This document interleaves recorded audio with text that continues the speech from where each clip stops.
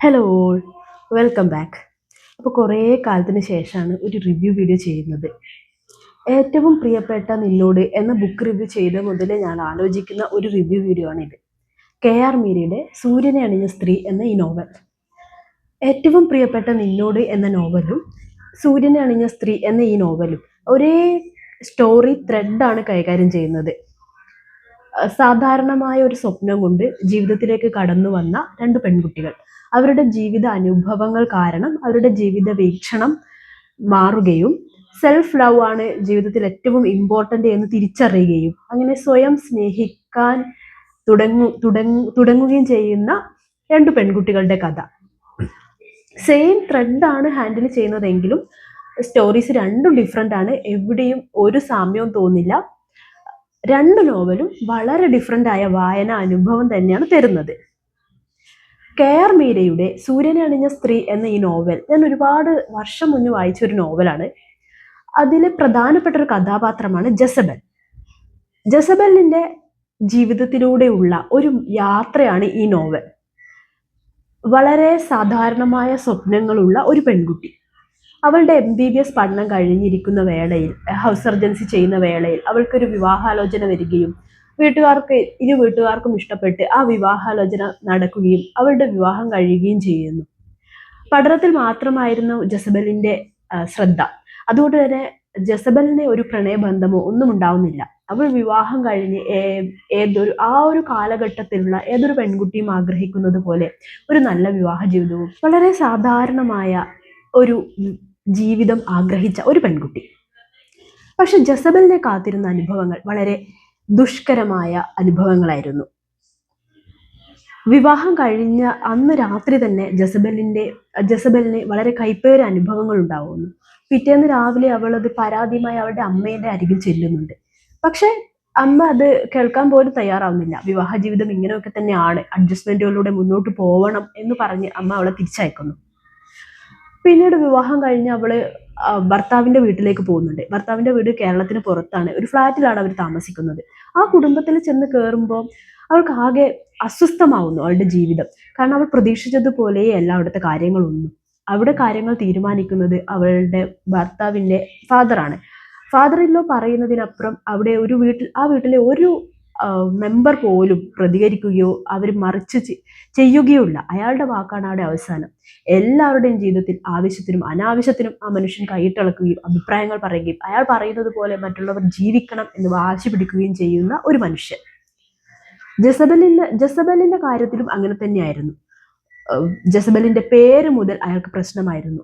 ക്രിസ്ത്യാനിയിൽ വിശ്വസിക്കുന്നവർ ജസബൽ എന്ന പേരൊരിക്കലും ഇടില്ല എന്നും അത് സാത്താന്റെ പേരാണെന്നും ഒക്കെ അയാൾ പറയുന്നുണ്ട്. അതുപോലെ ജസബൽ ജോലി രാജിവെച്ച് വീട്ടിലെ കാര്യങ്ങൾ മാത്രം നോക്കി ഒതുങ്ങാനും അയാൾ പറയുന്നുണ്ട്. പക്ഷെ ആ കാര്യത്തിൽ മാത്രം ജസബൽ തയ്യാറാവുന്നില്ല. അവൾക്ക് ജീവിതത്തിൽ ഏറ്റവും സന്തോഷം തരുന്ന അവൾ ചെയ്തുകൊണ്ടിരിക്കുന്ന ഒരു കാര്യം പഠനമായിരുന്നു. അവൾക്ക് പഠനത്തിൽ വളരെ മിടുക്കിയാണ്, പഠിക്കാൻ അവൾക്ക് നല്ല താല്പര്യവുമുണ്ട്. അതുകൊണ്ട് തന്നെ അതിൽ മാത്രം അവൾ കോംപ്രമൈസിന് തയ്യാറാവുന്നേ ഇല്ല. പക്ഷെ അവൾക്ക് ആ ഒരു അന്തരീക്ഷവും വിവാഹത്തിന് ശേഷമുള്ള അന്തരീക്ഷം അവളെ വല്ലാതെ ശ്വാസം മുട്ടിക്കുന്നു. ഭർത്താവിന്റെ ഫാദർ ഇൻ ലോയിൽ നിന്ന് ക്രൂരമായ പെരുമാറ്റങ്ങളാണ് ഉണ്ടാവുന്നതെങ്കിലും എല്ലാ കാര്യത്തിലും അയാള് കൈകടത്തുകയും സ്വാതന്ത്ര്യം നിഷേധിക്കുകയും ഒക്കെ ചെയ്യുന്ന ഒരു മനുഷ്യനാണെങ്കിലും അവളുടെ ഭർത്താവിന്റെ നേരെ നോക്കുന്നുണ്ട്. തന്റെ ഭർത്താവ് എതിർത്ത് പറഞ്ഞാൽ തനിക്കിതൊക്കെ കണ്ടില്ല എന്ന് വെക്കാലോ. പക്ഷെ ഭർത്താവിന്റെ അടുത്തു നിന്നും അവൾക്കൊരു പരിഗണന ലഭിക്കുന്നില്ല. അയാൾ അവളെ നോക്കുക പോലും ചെയ്യുന്നില്ല. അങ്ങനെ അവൾ ആകെ വീർപ്പ് മുട്ടുകയാണ്. കുറച്ച് നാൾ കഴിഞ്ഞപ്പോൾ അവർ രണ്ടുപേരും കൂടി ഒരു വീടെടുത്ത് താമസം തുടങ്ങുന്നുണ്ട്. അപ്പോൾ അവൾ പ്രതീക്ഷിക്കുന്നുണ്ട് അവർ രണ്ടുപേരുമായി കഴിഞ്ഞാൽ കുറച്ചുകൂടി സ്നേഹബന്ധം അടുപ്പമൊക്കെ വന്നു കഴിഞ്ഞാൽ കാര്യങ്ങൾ സുഗമാവുമായിരിക്കും എന്നൊരു പ്രതീക്ഷയിലാണ് അവൾ പോയത്. പക്ഷെ ഓരോ ദിവസം കഴിയുന്നതിന് അവളുടെ കാര്യങ്ങൾ കൂടുതൽ വഷളായിക്കൊണ്ടിരിക്കുകയായിരുന്നു. ഭർത്താവും അവളുമായിട്ട് ഒരു കോണ്ടാക്റ്റും ഇല്ല. അയാൾ അവളോടൊന്നും സംസാരിക്കുകയോ അവളൊന്നും നോക്കുകയോ സ്നേഹത്തോടെ ഒന്നും തലോടുക പോലും ചെയ്യില്ല. ഭർത്താവിന്റെ അച്ഛനാണെങ്കിൽ ആവശ്യത്തിനും അനാവശ്യത്തിനും കാര്യങ്ങൾ ഇടപെടുകയും ഭർത്താവ് അതുപോലെ അച്ഛൻ പറയുന്നത് പോലെ അനുസരിച്ച് ജീവിക്കുന്ന ഒരു ഭർത്താവ്. അവൾ ആകെ വീർപ്പുമുട്ടുന്നുണ്ട്. പരാതി പറഞ്ഞ് സ്വന്തം വീട്ടിൽ പോകാം എന്ന് വെച്ചാൽ അമ്മ സമ്മതിക്കുന്നുമില്ല. അമ്മ ഓരോന്ന് പറഞ്ഞ് ഇങ്ങനെ വിവാഹ ജീവിതം ഇങ്ങനെയൊക്കെ തന്നെയാണ് എന്ന് പറഞ്ഞ് തിരിച്ചയക്കുന്ന ഒരമ്മയും. ആ ഒരു ജസബലിന്റെ ആ ഒരു സ്ട്രെസ് വായനക്കാർക്ക് നല്ല പോലെ തന്നെ ഈ നോവൽ വായിക്കുമ്പോൾ മനസ്സിലാകും. പിന്നെ അവളുടെ ഒരു ഏക ആശ്വാസമായിട്ട് അവള് കുറച്ച് നാള് അവളുടെ ഫ്രണ്ട്സിന്റെ അടുത്തേക്ക് ഓടിപ്പോകുന്നുണ്ട്, സ്ട്രെസ് സഹിക്കാൻ പറ്റാതെ. പക്ഷെ അവിടെ ചെന്നിട്ട് ആശ്വാസം കിട്ടും എന്ന് കരുതിയാണ് അവൾ പോകുന്നത്. അവിടെ ചെന്നപ്പോൾ അവളുടെ ഫ്രണ്ട്സ്, റിലേഷൻഷിപ്പിലുള്ള ഫ്രണ്ട്സ് ഉണ്ട്. അവരുടെ രണ്ടുപേരുടെ റിലേഷനൊക്കെ കാണുമ്പോൾ അവൾക്കത് കൂടുതൽ കോംപ്ലിക്കേറ്റഡ് ആണ്. അവരുടെ റിലേഷൻഷിപ്പും വെച്ച് കമ്പയർ ചെയ്യുകയും അവൾക്ക് എന്തോ കുറവുണ്ട്, അവളുടെ പ്രശ്നം കൊണ്ടാണ് ഇങ്ങനെയൊക്കെ ആകുന്നത് എന്നൊക്കെ ചിന്തിക്കുകയും പ്രശ്നങ്ങൾ കൂടുതൽ കൂടുതൽ കൂടുതൽ വഷളായിക്കൊണ്ടിരിക്കുകയും ചെയ്യുകയാണ് ഉണ്ടായത്.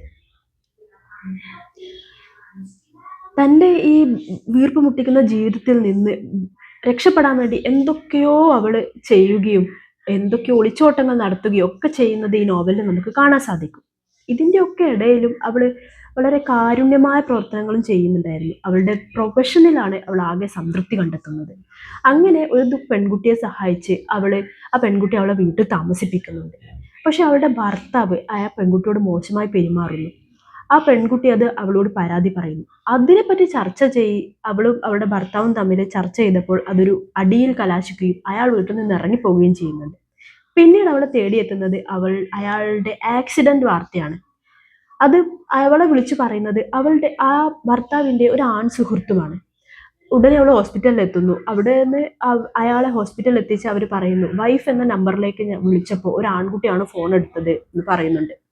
അവിടുന്നാണ് അവൾക്ക് എന്തുകൊണ്ട് തൻ്റെ വിവാഹ ജീവിതം ഇത്ര പ്രതിസന്ധിയിലേക്ക് കൂടി പോകുന്നത് എന്നതിൻ്റെ ഒരു യഥാർത്ഥ മുഖം അവൾക്ക് മനസ്സിലാവുന്നത് അവിടെ നിന്നാണ്. അവളുടെ ഭർത്താവ് ഒരു ഗേ ആണ് എന്ന് അവൾ അവിടെ നിന്നാണ് തിരിച്ചറിയുന്നത്.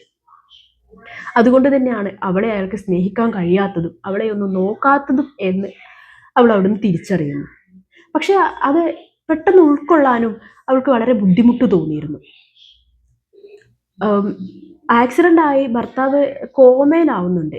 ആ സമയത്ത് അവളെ 24 മണിക്കൂറും അയാളെ ശുശ്രൂഷിച്ച് ഹോസ്പിറ്റലിൽ തന്നെ ഇരിക്കാൻ വേണ്ടിയിട്ട് അവളുടെ ഫാദർ ഇൻ ലോയും അവളുടെ വീട്ടുകാരും നിർബന്ധിക്കുന്നുണ്ട്. പക്ഷെ അവൾ ഒരു മെഡിക്കൽ ഫീൽഡ് ആയതുകൊണ്ട് അയാളുടെ അവസ്ഥ എന്താണെന്ന് നന്നായി മനസ്സിലാവുന്നത് കൊണ്ടും ഇനി ഹോപ്പില്ല എന്നതുകൊണ്ടും അവൾ എന്ത് ചെയ്യുന്നു, അവൾക്ക് ആകെ സംതൃപ്തി കിട്ടുന്ന അവളുടെ പ്രൊഫഷൻ, അതിൻ്റെ ഒരു അടുത്ത സ്റ്റേജിലോട്ട് കടക്കാൻ നിൽക്കുന്ന ഒരു എക്സാമിന് വേണ്ടി അവൾ പ്രിപ്പയർ ആവുന്ന ഒരു സമയമായിരുന്നു. അത് അടുത്തുകൊണ്ടിരിക്കുന്ന സമയമായിരുന്നു. അവള് എല്ലാവരും എതിർപ്പും മറികടന്ന് ആ ഹോസ്പിറ്റലിൽ ഇരുന്ന് പഠിച്ച് അവൾ ആ എക്സാം എഴുതുകയും അവളുടെ ഡ്യൂട്ടി ചെയ്യുകയും ചെയ്യുന്നുണ്ട്.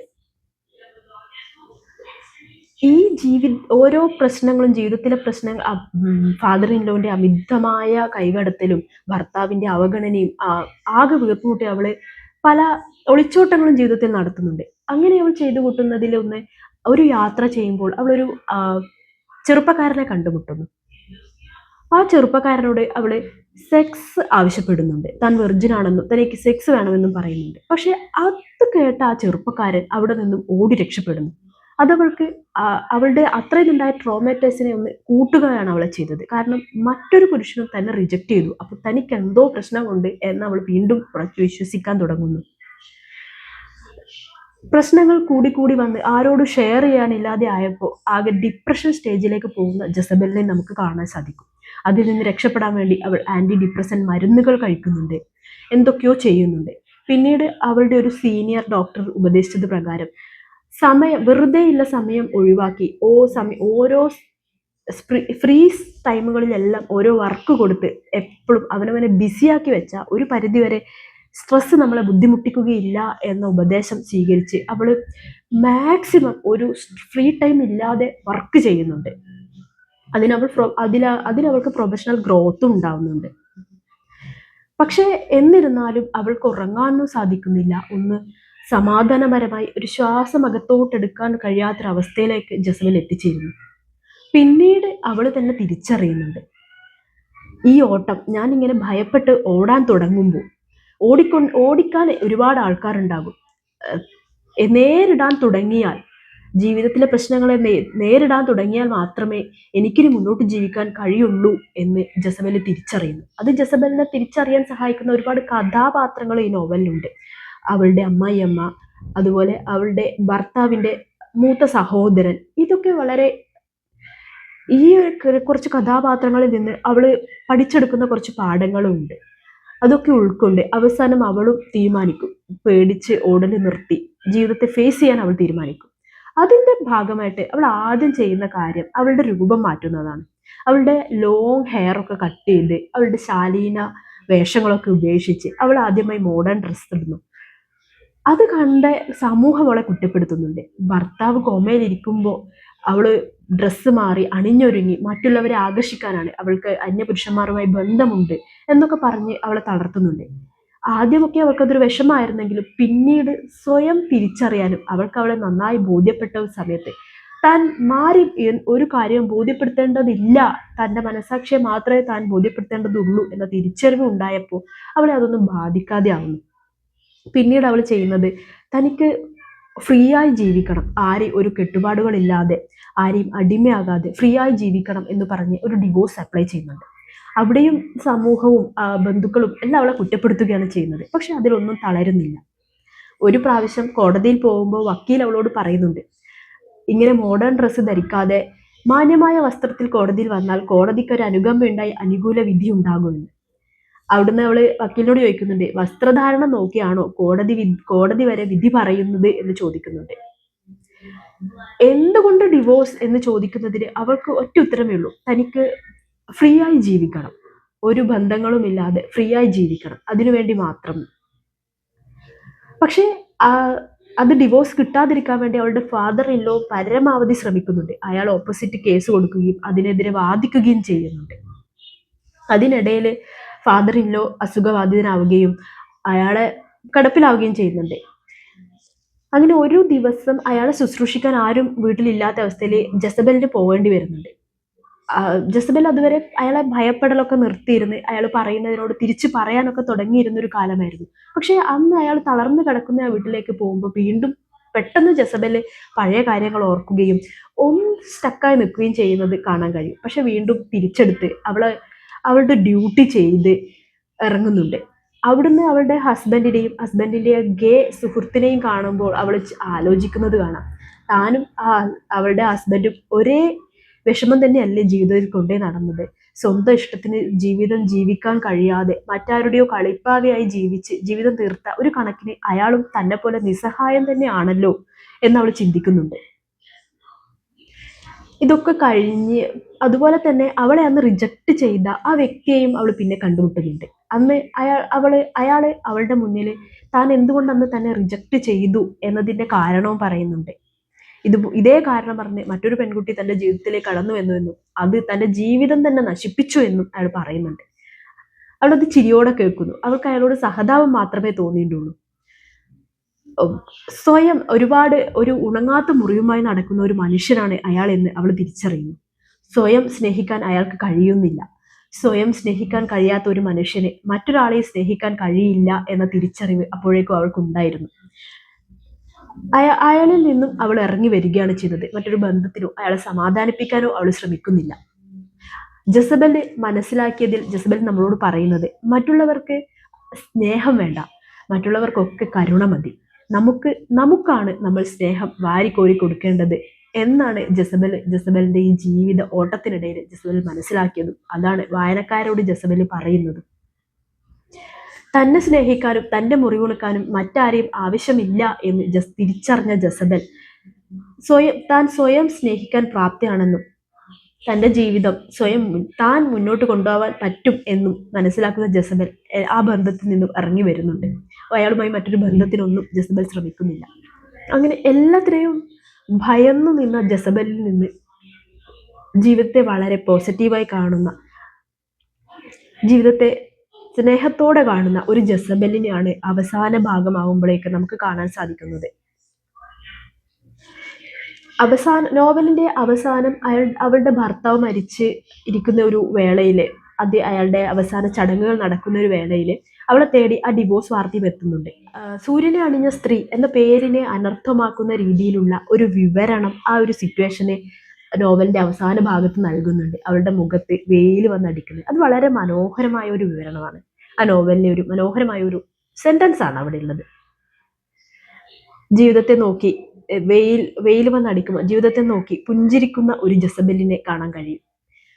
വായിച്ച് കഴിയുമ്പോൾ നമുക്കൊരു തീർന്നു പോയോ എന്നൊരു തോന്നൽ ഉണ്ടാക്കാൻ ആ നോവലിന് കഴിഞ്ഞിട്ടുണ്ട്.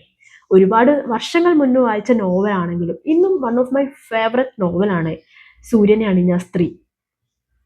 അതിൽ ജസബലിന്റെ ജീവിതത്തിലൂടെ നമ്മൾ ഇങ്ങനെ യാത്ര ചെയ്യും. ജസബൽ കരയുമ്പോൾ നമ്മൾ കരഞ്ഞു. ജസബലിന്റെ ആ ഒരു ടെൻഷൻ, പിരിമുറുക്കവും ഒരു വേളയിൽ നമ്മളും അനുഭവിക്കും.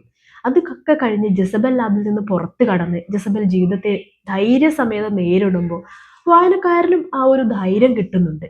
ജീവിതത്തിൽ പ്രശ്നങ്ങൾ ഉണ്ടാവുമ്പോൾ ജീവിതത്തെ നേരിടാൻ സ്വയം സ്നേഹിക്കുകയാണ് വേണ്ടത്. സ്വയം സ്നേഹിക്കുന്നതിലൂടെ ഒരു പരിധിവരെ ജീവിതം സുഗമമായി മുന്നോട്ട് പോകാൻ സാധിക്കും. ഏതു പ്രതിസന്ധിയും തരണം ചെയ്യാൻ അതേ വേണ്ടുള്ളൂ. നമ്മളുണ്ട് എന്ന തോന്നൽ. അതാണ് ഈ നോവലും നമ്മളെ ഓർമ്മപ്പെടുത്തുന്നത്. അപ്പോൾ വളരെ നല്ലൊരു നോവലാണ് KR മീരയുടെ സൂര്യനെ അണിഞ്ഞ സ്ത്രീ എന്ന ഈ നോവൽ. അപ്പം എല്ലാവരും വായിച്ചു നോക്കുക. നിങ്ങളുടെ വായനയിൽ എന്താണ് തോന്നിയത് എന്ന അഭിപ്രായം താഴെ കമൻറ്റ് ചെയ്യണം. താങ്ക്